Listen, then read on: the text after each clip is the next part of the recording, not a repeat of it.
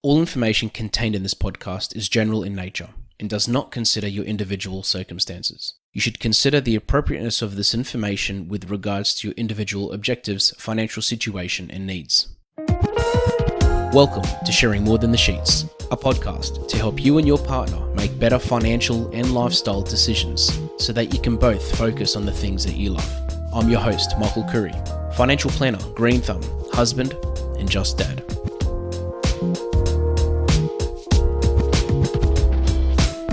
I'm regularly asked by friends or clients what I normally see couples doing wrong when it comes to money. Today I'm going to share some of those things, and I'll probably start by saying that the first issue that I see is when only one person is involved with the money. When the other person isn't really that interested, which is fine, but they have absolutely no idea what's going on. And the issue with that is, first of all, there's a lot less accountability because that one person knows that no one's really asking questions, so they're a lot less careful and they might let things pass.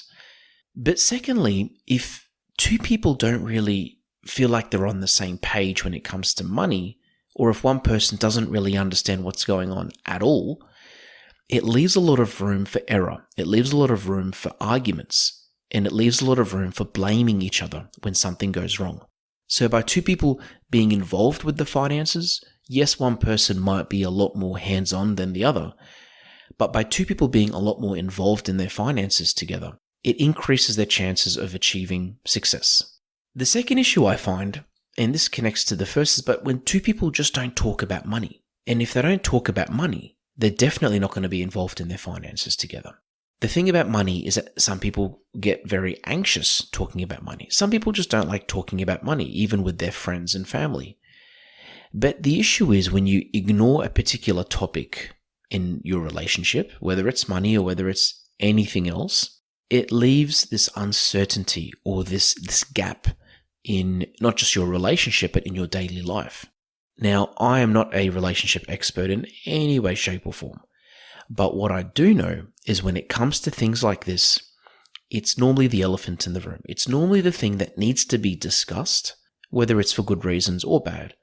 But it's the thing that couples many, many times, I see this all the time, they just avoid talking about it. The third one is not having a budget or a plan. Now, having a budget, having some form of structure in the way money's being managed is so important because it reduces disagreements. It creates a process, it creates a habit, and it builds good behaviors. Because when you have a structure, when you have something like that in place, whether it's one person or two people, it's more likely to be followed compared to if there's no budget at all. And every week or every month, things are just being done willy-nilly. The way things are just, essentially couples are just trying to get things across the line, playing catch up, robbing Peter to pay Paul. I hear these sayings so many times where people don't have structure. They're essentially treading water. They don't really know where things are going.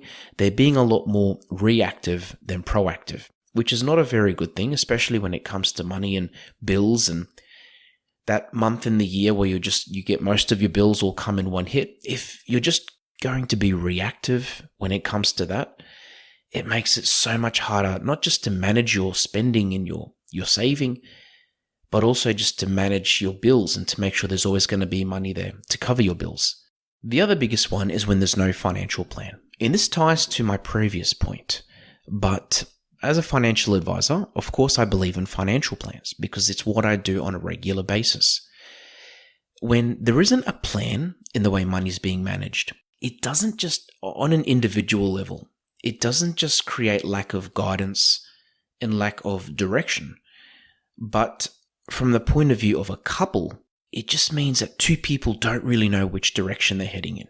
And when two people aren't on the same page, or if they don't know which direction they're heading in, it can cause a lot of conflict because one person might think they're doing this and the other might think they're doing that.